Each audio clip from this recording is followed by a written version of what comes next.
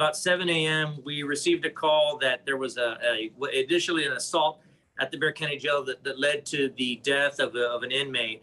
We're actually going to be identifying the inmate that was the victim in this case. I believe we've got a picture of him here. Vincent Garcia, 40 years of age. He was actually here in our custody for aggravated robbery, which is a first-degree felony, and an out-of-county warrant out of Medina County for assault, bodily injury, and he'd been booked into the facility since August 6th of 2021. As you all know, the suspects in this case, I believe we released those names yesterday.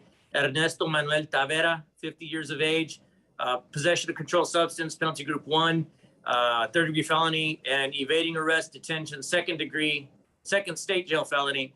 And then he had a federal detainer for smuggling of persons as well. He was remanded without bond. He's been here since November 9th.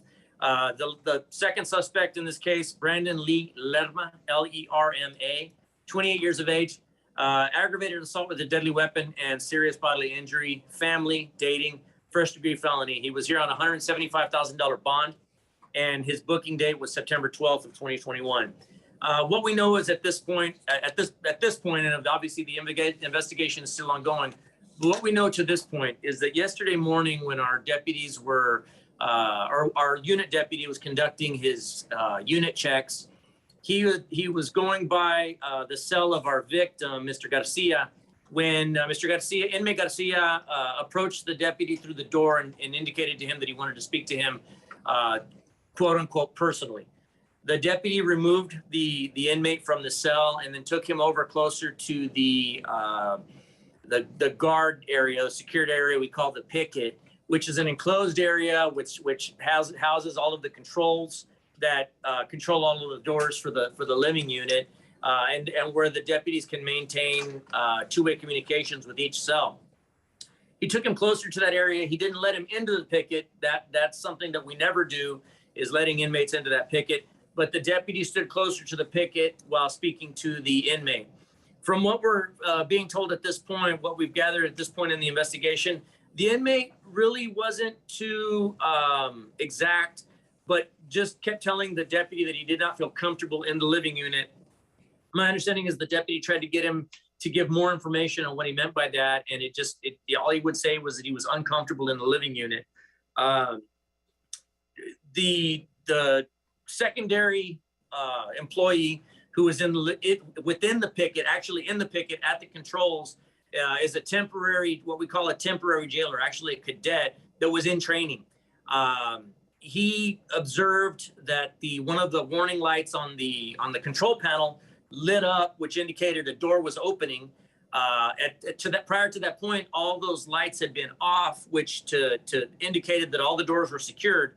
However, one light came on, and the cadet says that he looked up from the console and saw two inmates rushing out of a unit, out of a cell, and rushing toward the officer and toward the deputy and the inmate.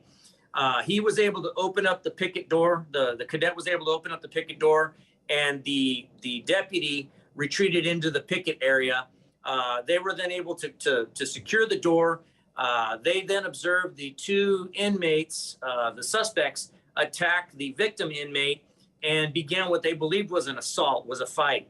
That assault moved back and forth from the area.